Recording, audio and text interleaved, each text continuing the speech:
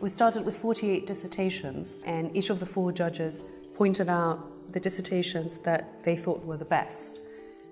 Interestingly, there were already a lot of common views on that.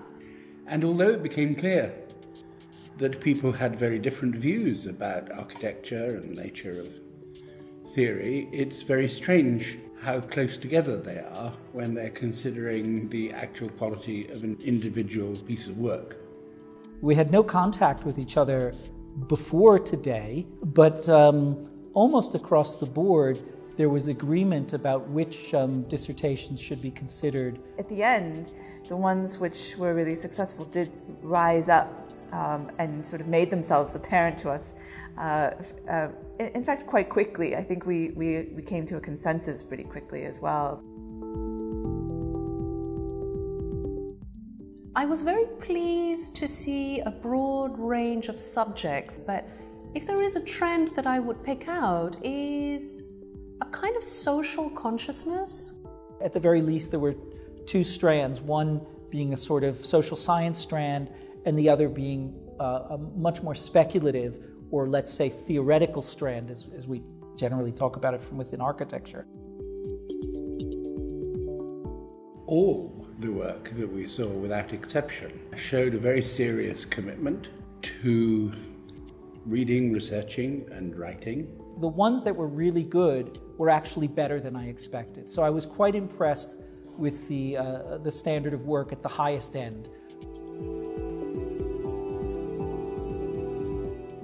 I think the dissertation that was awarded the medal this year did an excellent job of bridging a very thorough historical account with a very scholarly attitude to a very contemporary situation, raising relevant questions about practice now and about the urban space today.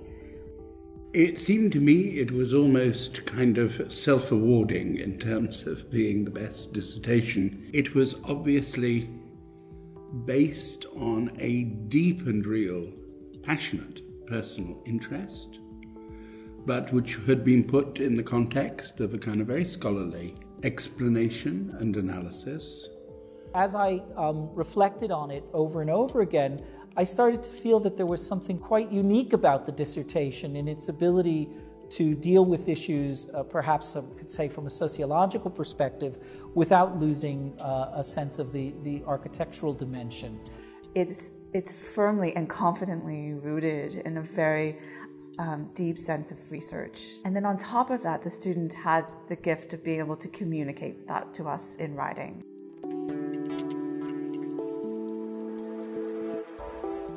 The fact that the RIBA does acknowledge student work at such a high level and distinguishes it is worth so much to a student. And I think sometimes students forget they're working in a vacuum in their schools, and they might be aware of the wider world, but they certainly aren't always aware of how the wider world perceives the work that they're producing.